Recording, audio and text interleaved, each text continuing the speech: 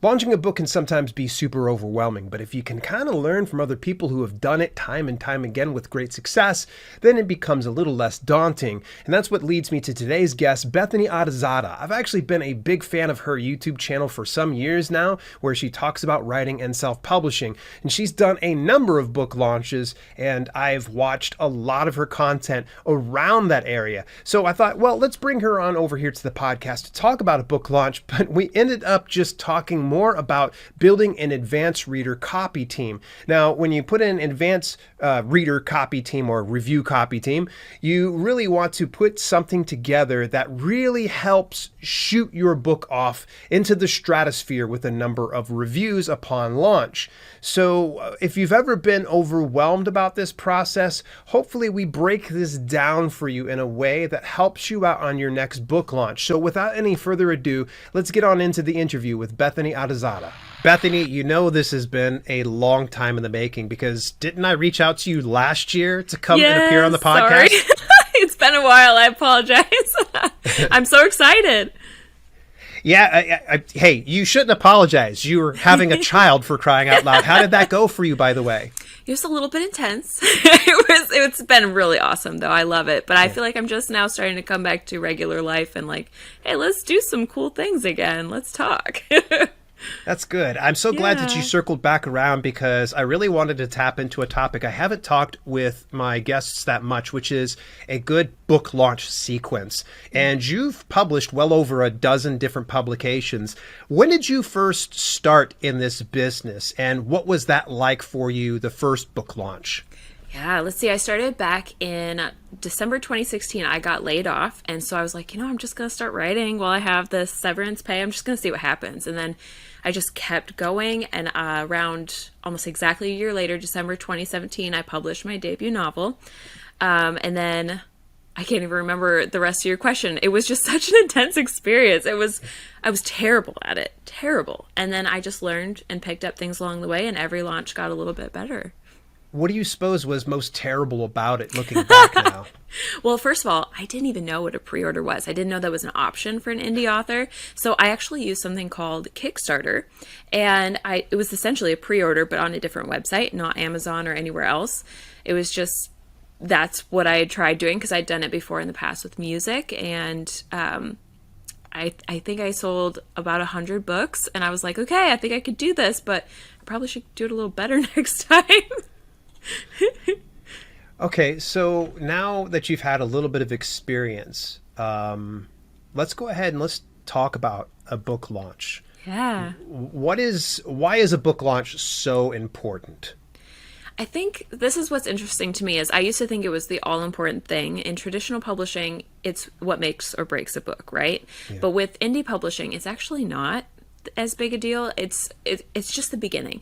Like, we can do so much, and with every book we put out, all the backlist continues to sell. And so I think, first of all, take the pressure off, because I definitely put a lot of pressure on those first few books, and I still do. It's fine if you do, it's normal. But I feel like it's just gotten easier with each book. You know what I mean? Okay. All right. So what does your book launch look like now? Take me from the finished manuscript to the full launch, maybe a couple of weeks afterwards. Sure. I love this question. This is my jam. I have kind of a standard set of things that I do, and I actually just filmed a video on this, so it's like in my head, which is perfect. I do things like ARCs, for example, which are advanced review copies that you send out to readers in exchange for an honest review. I think that's a really important strategy, whether you're using a company like NetGalley or Story Origin. There's so many out there, or if you're doing it kind of manually yourself, creating forms, reaching out to readers, like, are you interested in a free book? I think that is huge, because getting early reviews on your book is that authority that tells other people that this is a good book and you should try reading it. And it gives you reviews to share on, social media or your newsletter, and be like, this is what other readers are saying. And sometimes what other readers are saying says a lot more than what we say as the author ourselves. That's a really big one. I have like 10 different things, so I'm trying to mentally look at my list. Newsletters I kind of mentioned. Social media I think is really... Just a second here before you Yeah, jump yeah. into those other ones. Yeah. With the ARC readers, what do you find is the proper number of ARC readers for a Ooh, launch? that's a good question. Okay, so I've done as many as like just a handful with like a sequel, for example, and I've done as many as 100 one time. Wow. Yeah, I know. It's like, so readers are always like, or I should say authors are always like, well, what if I give it to all my readers and nobody else wants to buy it? So that is a concern. It's valid. I would say it's always good to make sure that they are truly excited about the book and they truly want a review. So I do kind of have some, I guess you could call it gatekeeping. But if they're excited and they're like, yes, I'm going to review, and you've kind of run them through a form of like, do you typically review on Amazon? Do you typically talk about it on social media? Do you do ARCs in general? Have you done this before? You know, then if they're a really avid reader who's excited to review for you, that is such a beneficial thing. It's worth giving it to them. So I've gotten more and more free with ARCs, if that makes sense. And I'm just like, give it to as many people as possible at this point, because at that point, they're advocates for your book and they will market it for you. So I used to be like very more stingy and like, I'll just do 10 people or something. But I feel like, number one, not everybody's going to follow through. So if you give it to 10 people, you might get 2 reviews.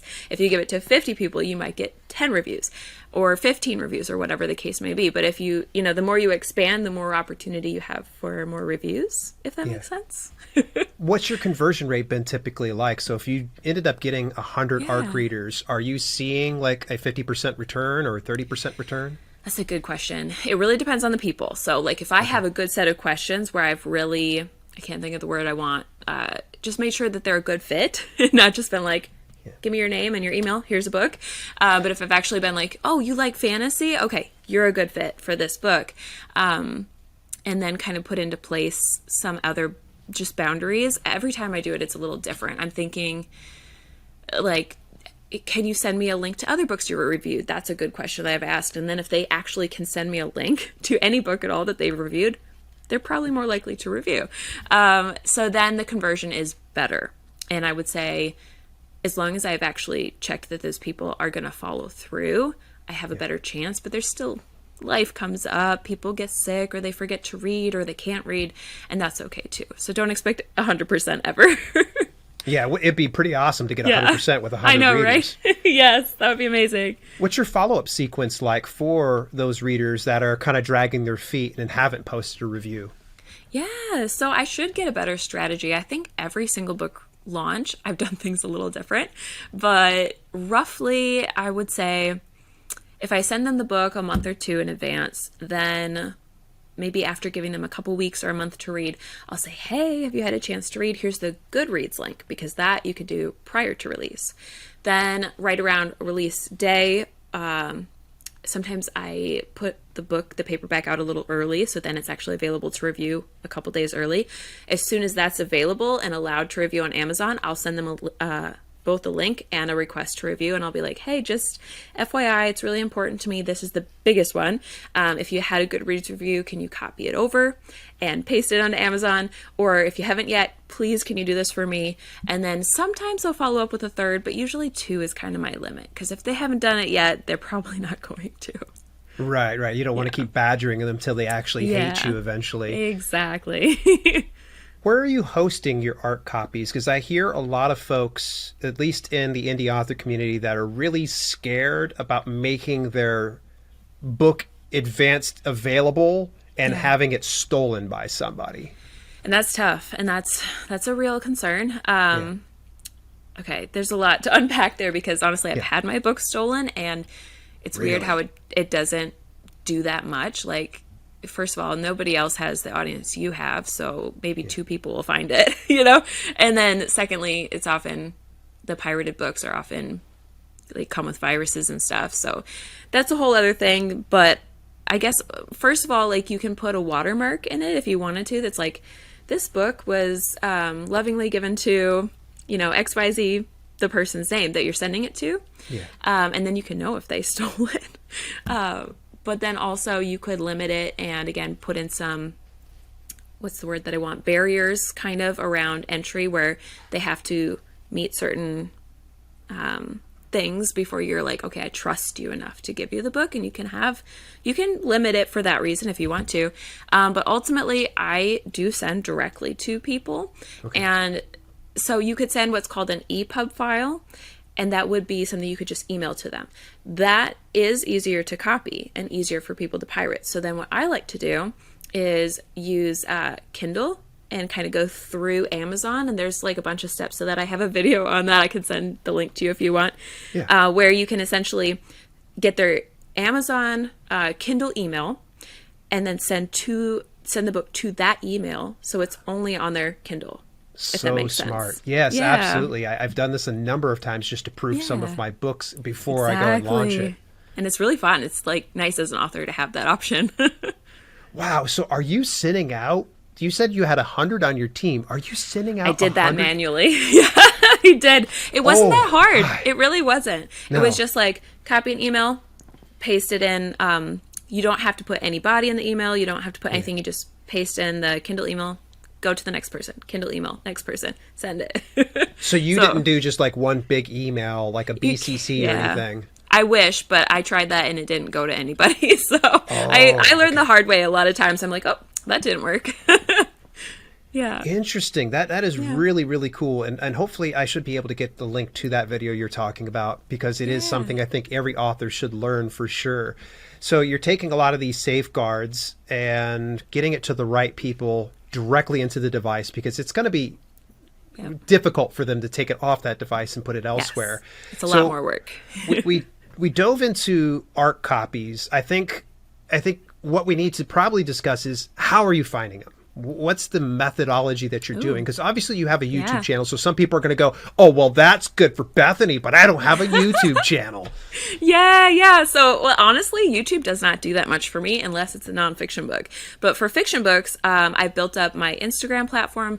And I think, honestly, whatever social media you're on, you are going to have to put in time to build up a group of people who would actually be interested. So that's actually your goal as an author anyway, right? Like, we're trying to build up a platform where readers can find us and learn about our books. So those same people might be interested in an early copy, and that's where ARCs come in. And so what I typically do is I will put up, I like to use Google Forms for a lot of things. So I'll make a Google form that's like, do you want to apply? If you're interested, kind of put in those questions that I mentioned earlier.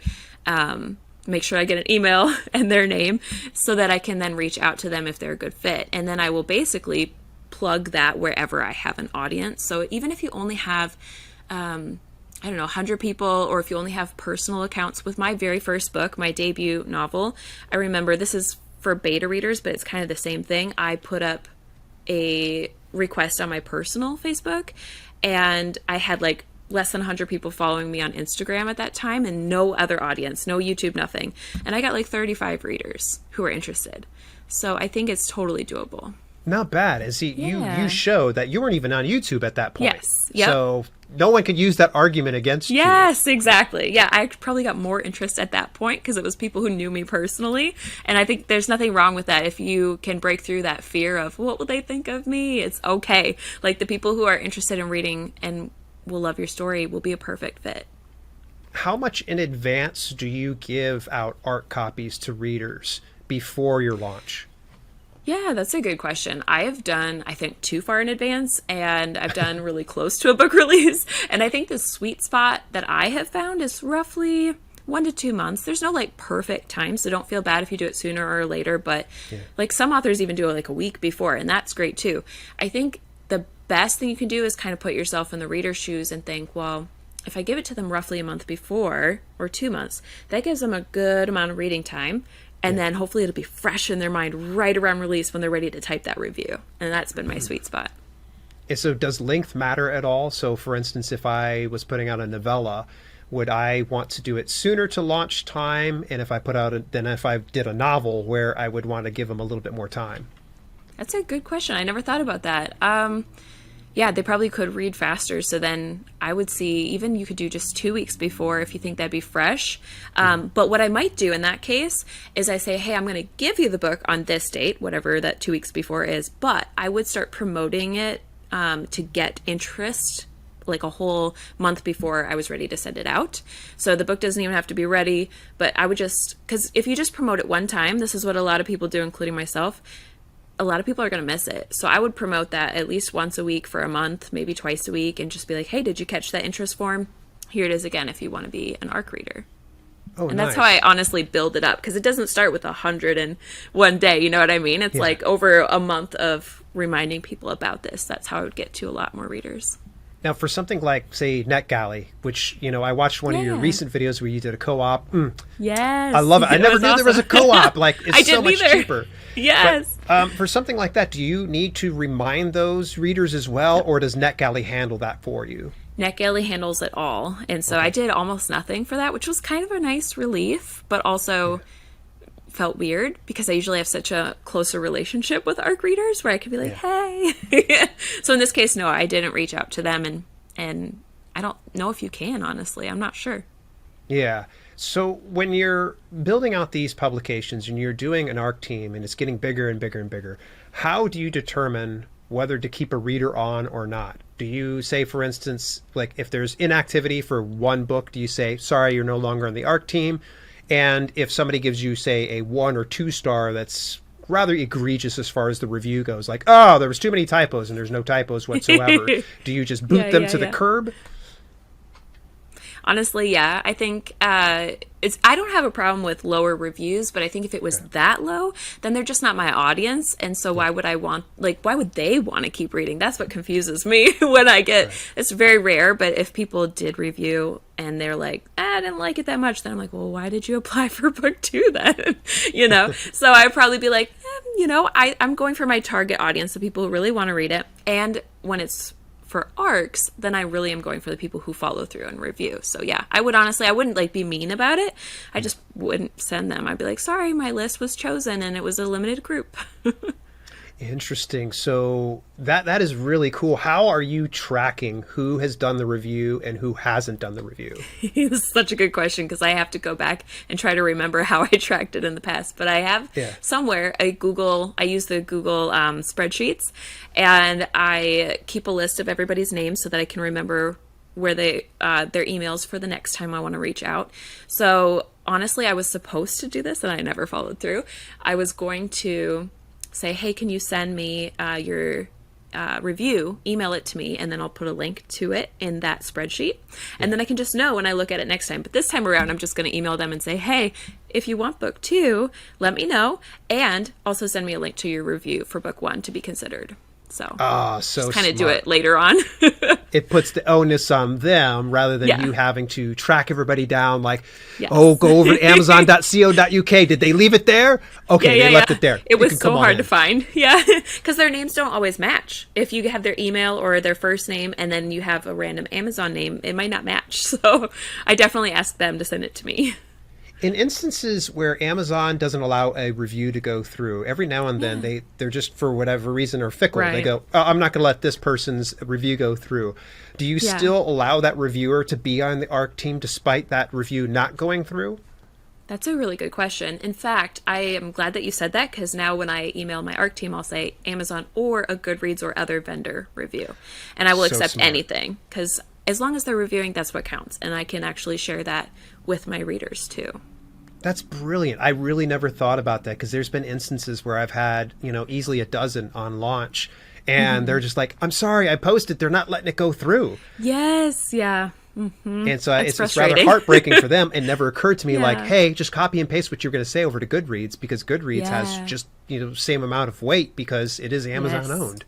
It's a big one. Wow. Yeah. Bethany, and I just learned. Yeah, sorry. Go ahead. I was just going to say, I just learned like Barnes & Noble and Apple, they don't seem to have any threshold the way that Amazon does. They're just like, sure, send a review whether you bought it there or not. So, I just learned that. I did not know that. Yeah.